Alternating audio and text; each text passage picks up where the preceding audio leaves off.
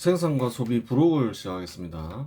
저번 시간에 임시정부에 대해서 다루었죠.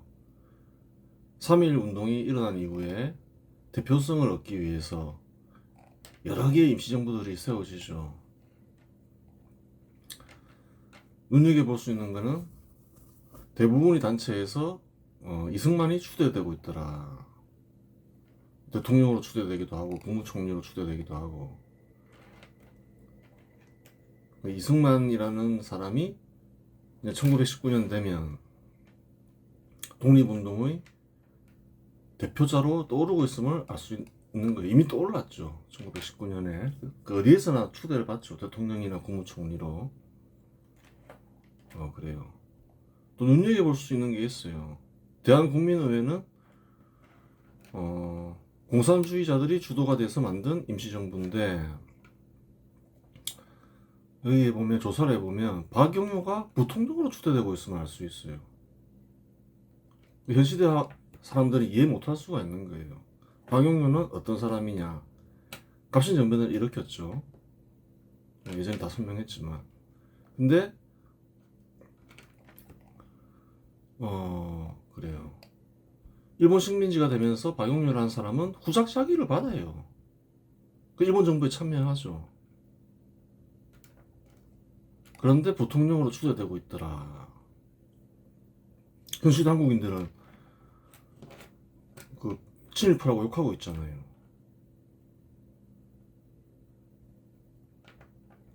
그래서 생각하는 기준이 다른 거예요.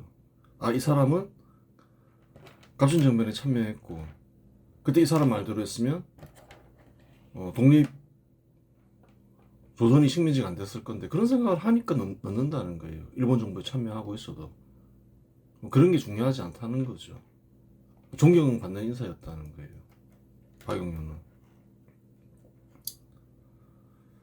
그래요. 현 시대는 일본 정부에 봉사했다 이러면 친일파다 이러는데, 그 좌파 인사들이 만든 프레임인 거죠. 못된 짓을 하는 거죠. 2006년 친일 반민족 행위 진상규명위원회가 발표한 친일 반민족 행위 106인 명단에 박영효가 포함되었다. 그렇죠. 반발 세력이 3.1혁명 반발 세력이 노무현 정부가 이제 좌파 인사들로 짜서 박영효를 친일파로 만든 거예요. 그 나쁜 놈들인 거예요. 그래요. 존경받을 만하죠. 그때 개방을 했으면 식민지가 되지 않았을 거다. 훌륭한 사람이다. 그 시대 사람도 다 그렇게 생각했다는 거예요, 사실은. 박영효 이런 협조하는 걸 모르고 했냐는 거예요.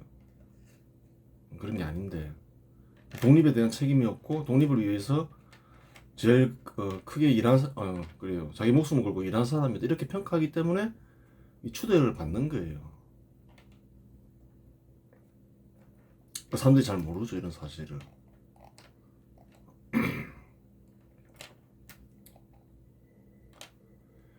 근데 임시정부를 보니까 어떤가요?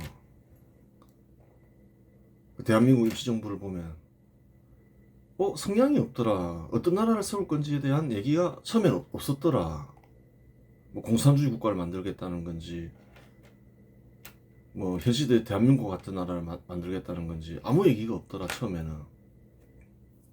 왜 그런가요? 공산주의자도 많이 참여했기 때문에 그런 거죠.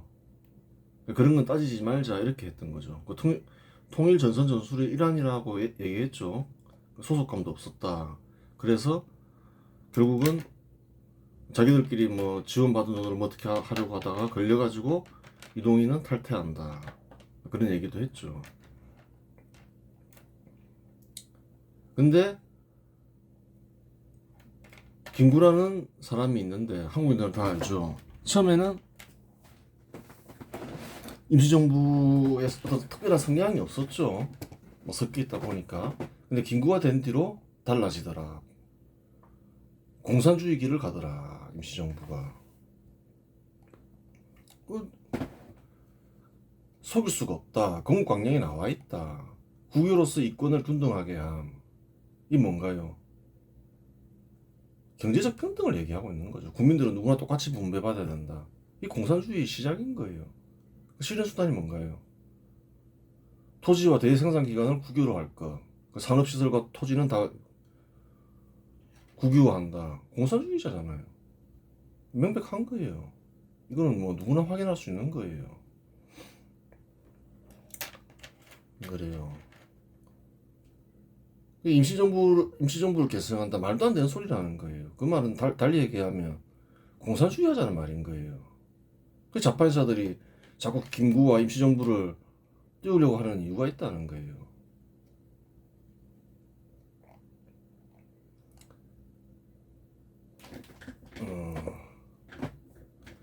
대한민국 임시정부는 이제 정리를 해봐야 되겠죠. 대한민국 임시정부는 국가의 조건을 구비하지 못했기 때문에 임시정부로 인정되기는 어렵다. 임시정부가 뭐라 했나요? 국가로 막 시작하기 전에 어떤 준비 단계에 있는 단체, 정부죠.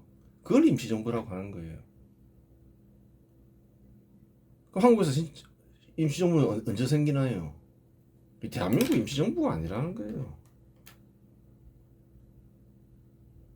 재헌국회를 구성했을 때 그게 이제 임시정부라는 거예요.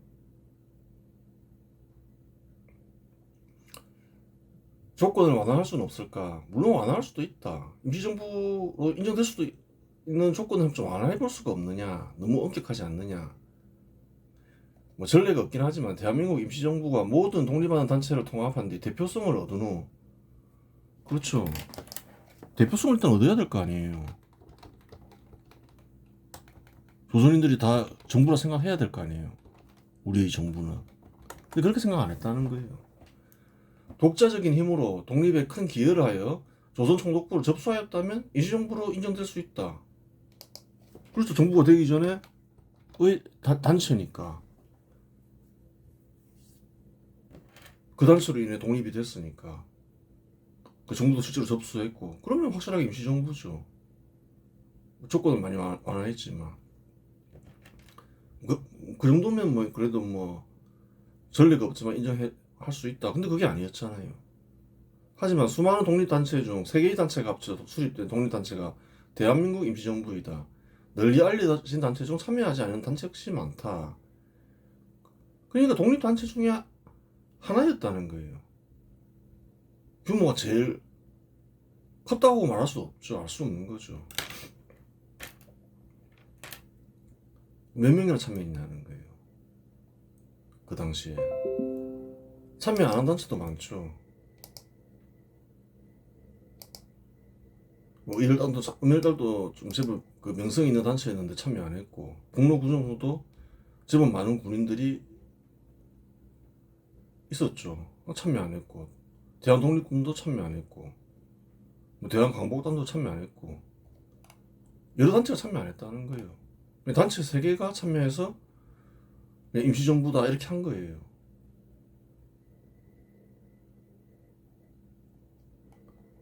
그리고 독립단체 중에 하나였던 거죠. 뭐 규모는 뭐 그때쯤은 또 제일 컸을 수도 있으나 또 중간에 공산주의자들이 또 탈퇴하고 또 하긴 했잖아요. 전부 탈퇴하지 않았다 하더라도 제법 많이 탈퇴했겠죠. 이동희가 수장이니까. 그래요.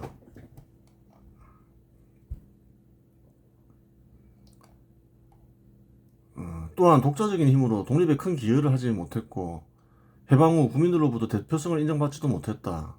그러한 이유로 대한민국 임시정부는 독립운동을 한 여러 단체들 중 하나에 불과하다. 대표성을 뭐 거의 인정받지 못했어요. 대표성을 인정받으면 국민들이 뭐 한 20, 30%라도 그게 바로 없어지지 않는다는 거예요. 대한민국 임시정부 인사들이 한국에 들어와서 당을 만들잖아요. 한독당이라고. 그 단체가 어떻게 되나요? 김구가 암살당하니까 바로 해체되잖아요. 그러니까 김구를 중심으로 뭉치고 있었는데 뭐 누구 한 개인이 떠나서 해체된다. 지지 기반이 없다는 거죠. 그래요. 그건 역사적 사실이라는 거예요. 지지 기반이 있으면 뭐 한 사람이 뭐 사라졌다 해서 당이 해체되고 그런 일은 없다는 거예요.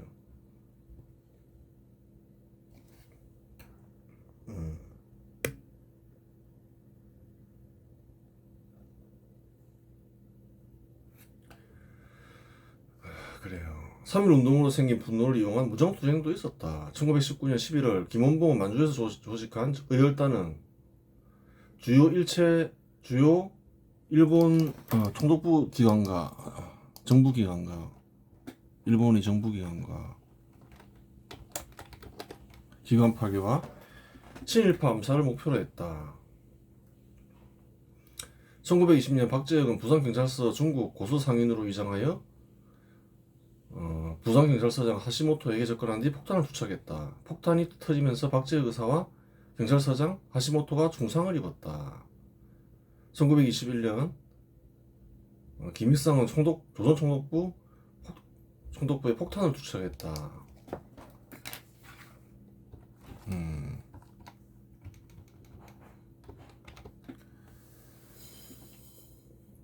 그래요. 이후에 체포되어 무기징역을 거쳐 20년형으로 감형되어 옥고를 치렀다. 큰 희생을 치렀죠. 김일성은 체포되어서 아마 옥에서 죽은 걸로 알고 있죠. 그는 1943년에 만기 출소했지만 해방 후 김원봉을 따라 월북하였다고 전해진다. 물론 죽어서 행적이 끊긴 것일 수도 있다. 하여튼 뭐 행적이 사라졌는데 뭐 해방 후에 행적이 사라지죠. 김원봉이 월북을 했다. 따라서 월북했을 것이다. 그렇게 이제 그게 다수설이죠. 행적이 끊길 이유가 없다 이거죠. 김상옥이 서울 종로에 폭탄을 투척하여 그래요. 1923년이죠. 여러 명의 일본 경찰에 부상을 입혔고 이어진 교전에서 다수의 경찰과 일본 군인들이 죽거나 다쳤다. 김상옥은 체포 직전 스스로 자결했다. 죽었죠. 1926년 나석주는 동양 척식 주식회사의 조선식사은행에 폭탄을 던지고 총을 쏘았다. 일본인 직원 여러 명이 사망하고 수십 명이 부상을 입었다. 나석주는 체포 직전 스스로 자결했다. 또 스스로 자결했죠. 그러니까 아까운 인재들을 소모품으로 막 죽이는 거예요. 이런 사람이 몇 명이나 있었겠냐는 거예요. 소중한 인재들을 막 죽이는 거죠. 김원봉은 1926년에 황포공관학교에 입학하면서 공산주의자가 된다. 따라서 1926년에 가입하기 전에는 공산주의자가 아니었다. 그래요. 이전에 있는 사람들은 공산주의자라고 보기는 어렵죠. 기본적으로. 그러한 이유로 1926년 이전에 의열단에 가입한 이들은 공산주의자가 아닐 가능성이 크다. 근데 이제 좀 보류해야 될 사람도 있죠. 20년 치르면서 북한으로 가버렸다. 김원봉 따라서. 그럼 인정되기 어렵죠. 그 사람 빼고는 뭐. 그 사람은 어떻게 된 건지 확실하게 안 뒤에 뭐 보상하든가 해야 되겠죠. 지금은 뭐 미리 다 해놨지만 그 잘못된 거예요.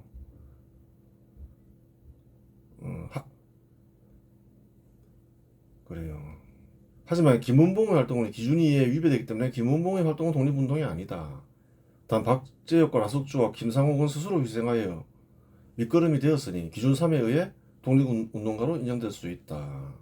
그 밑거름으로 인정해 주는 거지. 희생했으니까 스스로. 김원봉은 인정될 수 없다. 일단 기준이 위배되고 이런 행동을 잘 봐야 되는 거예요. 독립운동을 한다고 생각하지만 그렇지가 않다는 거예요. 이렇게 하면 경계심을 더 높이죠.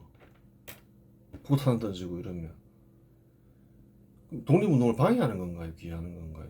방해하는 거라는 거예요. 자기는 기여한다 생각하지만 왜 그런가요?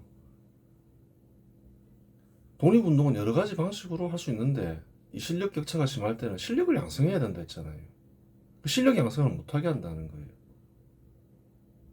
감시망은 더욱 강화되고 조금만 이상한 김이 보이면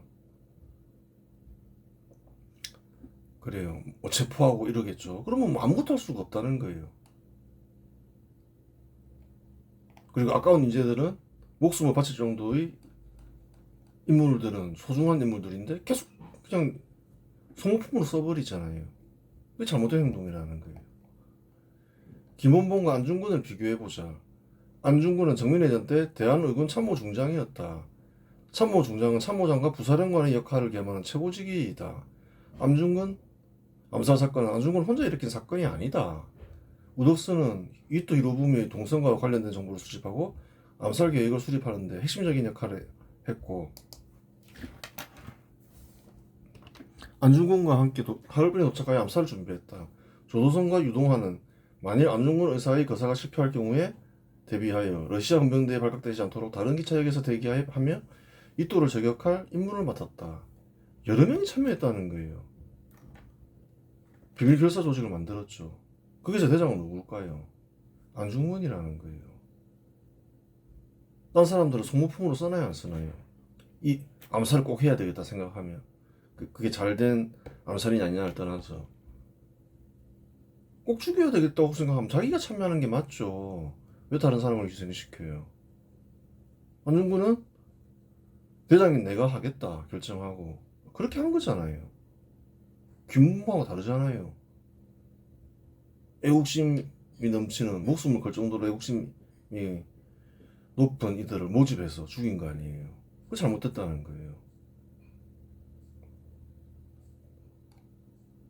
즉 안중근은 비밀결사단체가 움직인 것으로 봐야 하는데 안중근은 그 조직의 수장으로 봐야 한다. 그래서 한 너댓 명이 만들어서 더 있었을 수도 있고 비밀결사단체가 있었다는 거예요. 그게 비밀결사단체죠. 근데 누가 나서나요? 수장이 나선다는 거예요. 당연한 거 아니에요. 제일 위험한 일을 수장이 맡아야지. 즉 안중근은 타인의 희생에 앞서 자신이 앞장서서 희생한 것이다. 그러한 이유로 기준이에 위배되지만 기준삼에 의한 독립운동가로 인정될 수 있는 것이다. 근데 김원봉은 뭐냐 하는 거예요 도대체. 기준이에 위배되고 애국심 뛰어난 청년들을 소모품으로 쓰고 자기는 희생 안 하려 하고.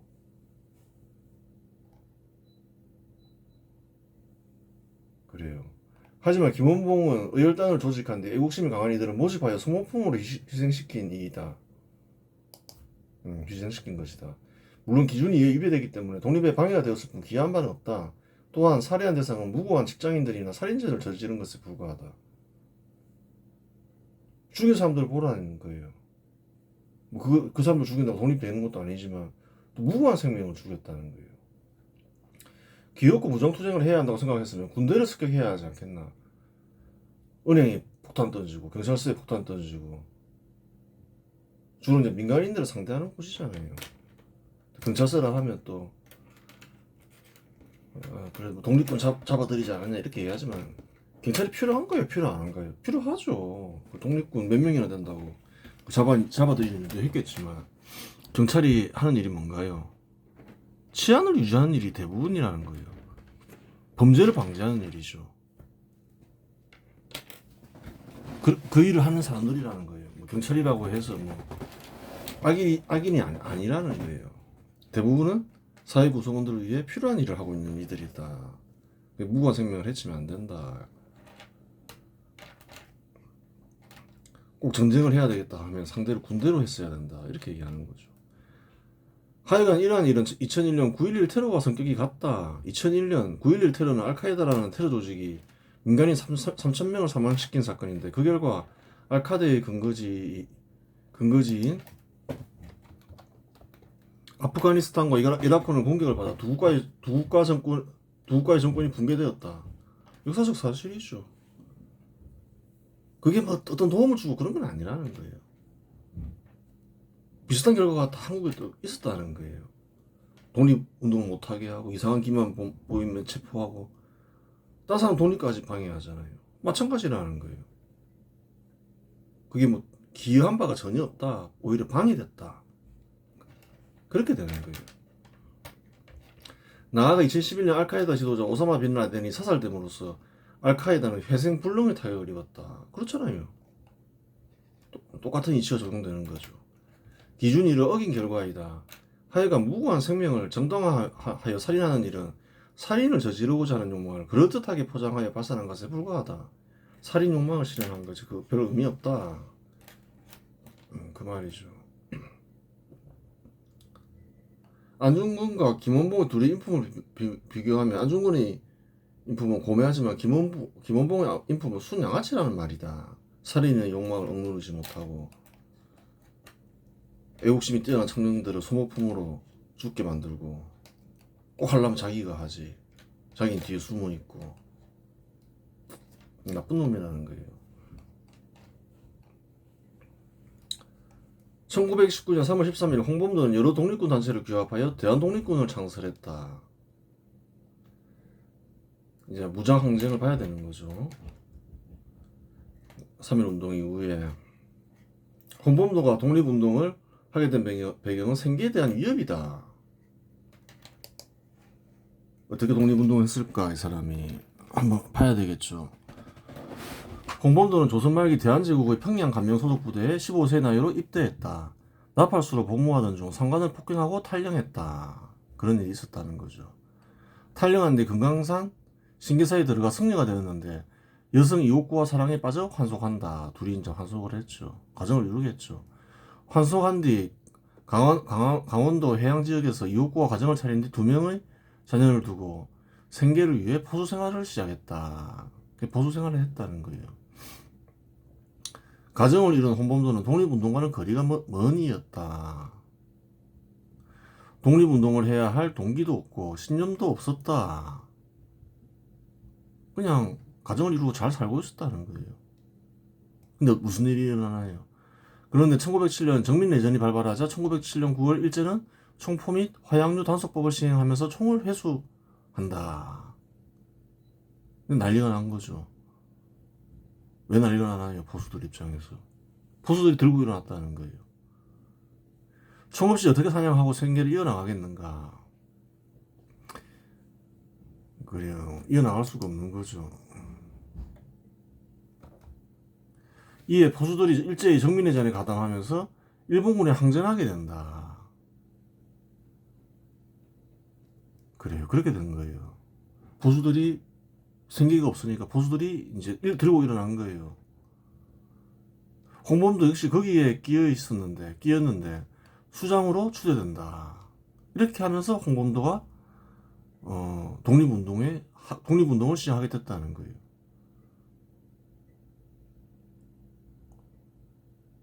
총을 회수하지 않았으면 어떻게 됐을까요? 가정이 있는 사람이었다는 거예요. 참여할 일이 없는 거죠. 1908년 일본군이 토벌이 전개되자 만주를 거쳐서 옮겨 항일투쟁을 하게 된다. 토벌이 진행됐죠. 도망쳐야 될 거 아니에요. 홍범도는 개합할 견해를 접한 일도 없고 공산주의를 접한 일도 없다. 절에 들어가 승려생활을 할 정도면 유생처럼 왕을 희생해야 한다는 생각도 없었을 것이다. 즉 그는 생계에 그래요. 그는 보수생활을 계속할 수 있었으면 가정의 가장으로 충실히 살 사람이었기에 독립운동을 해야 할 동기가 없고 신념도 없었다고 말하는 것이다. 그렇죠.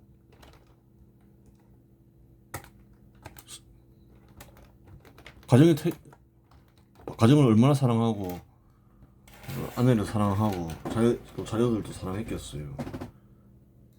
환속까지 해서 만든 그 가정인데,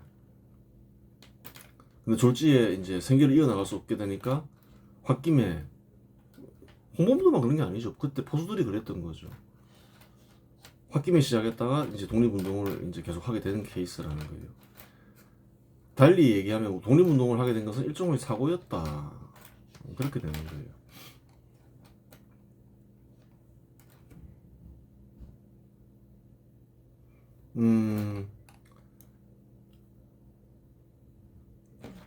그때 이제 그런 일이 있었죠. 1905년 정도에 을사내전이 일어나는데, 그때 이제 신돌석이 포수들 데리고 의병 활동을 하죠. 의병 활동을 하는데, 그것 때문에 일단은 보수들한테서 총을 회수하자 이런 결정이 내려졌을 가능성이 굉장히 크죠. 보수들이 총을 들고 있으니까. 그렇게 보면 돼요. 아마 그건 조사해봐야 되는 거죠. 좀 그럴 가능성이 커 보이죠. 1919년 3.1 운동 이후 만주에서는 무장투쟁이 일어난다. 그렇죠. 이제 국내에서는 무장투쟁이 안 되니까 이제 만주에서는 이제 그 여파로 무장투쟁이 일어나죠. 독립군들은 주로 소규모 게릴라전을 펼치며 일본군이 통신망을 파괴하거나 일본군 초소를 습격하는 등의 활동을 벌였다. 이에 일본군은 간도 일대의 독립군 부대 소탕을 목적으로 추격대를 파견하고 독립군 연합부대는 이를 봉오동으로 유인할 준비를 했다. 이제 게릴라전이 벌어지니까 그래요. 습격하고 이러니까 뭐 전산망을 파괴하고 안 되겠다, 토벌해야 되겠다 이러면서 이제 일본군이 파견되겠죠. 안주에 6월 7일 대한독립군 총사령관 홍범도와 최진동, 안무가 이끄는 연합독립군은 봉오동 골짜기에 매복에 성공한다. 독립군 병력은 약 1200명이고 일본군 야스카와 소자가 이끄는 19사단 예하부 1개 대대 병력은 약 500명이었다. 이걸 잘 봐야 되는 거예요.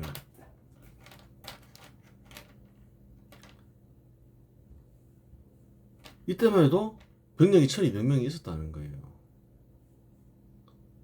근데 대한민국 임시정부가 광복권을 만든다 하는데 처음에 조직했을 때 몇 명인가요? 한 몇십 명밖에 안 된다는 거예요. 뒤에 뭐 350명까지 모았다 이렇게 얘기하는데 그것도 뭐 믿을 수 없는 수치고. 근데 이때만 하더라도 1200명 동원이 가능했다는 거예요. 1920년 6월 7일 봉오동 골짜기에 들어선 일본군 부대는 독립군의 매복에 걸려든다. 고지에 자리 잡은 독립군은 사격을 시작했다. 이 전투에서 독립군은 일본군 157명을 사살하고 200명에게 부상을 입혔는데 독립군의 피해는 4명이 사망하고 2명이 부상을 입는데 그쵸. 대승을 거둔 것으로 알려져 있다. 157명을 사살했다는 거예요. 대승이었다. 이렇게 한국인들은 알고 있죠. 하지만 이는 당시 대한민국 임시정부에서 발행한 독립신문을 통해 발표된 내용이다. 일본군이 작성한 공식 보고서인 봉오동 부근 전투 상보에는 일본군 측 피해가 전사 1명, 부상 2명이라고 기록되어 있다. 전투가 있은 건 사실이죠. 피해 규모는 알 수가 없는 거죠. 전투가 있은 건 사실이지만 대승인지 여부는 확인되지 않는다. 사진이라도 찍어 놓았으면 논란의 여지가 없겠지만 사진도 없고 전리품도 없고 포로도 없다. 당시 사진기는 비싸서 소지하지 못했다고 하더라도 뭐 못 살 정도는 1200명을 가지고 전투를 벌였으면 뭐 못 살 정도는 아닌 것으로 보이긴 하지만 그래 뭐 없었다 치더라도 그렇게 얘기할 수 있겠죠. 대승을 했는데 전리품이나 포로가 없다는 건 말도 안 된다. 그러면 대승을 했으면 전리품이나 포로가 있어야 될 거 아니에요. 결국 매복에 성공하여 사격을 한 건 사실이지만 대승보다는 매복에 걸린 것을 아닌 일본군이 후퇴하면서 교전한 것으로 보인다. 아니면 어떤 경우인가요? 그냥 계속 둘 간의 전투를 벌이다가 어느 순간 이제 물러난 거겠죠, 서로.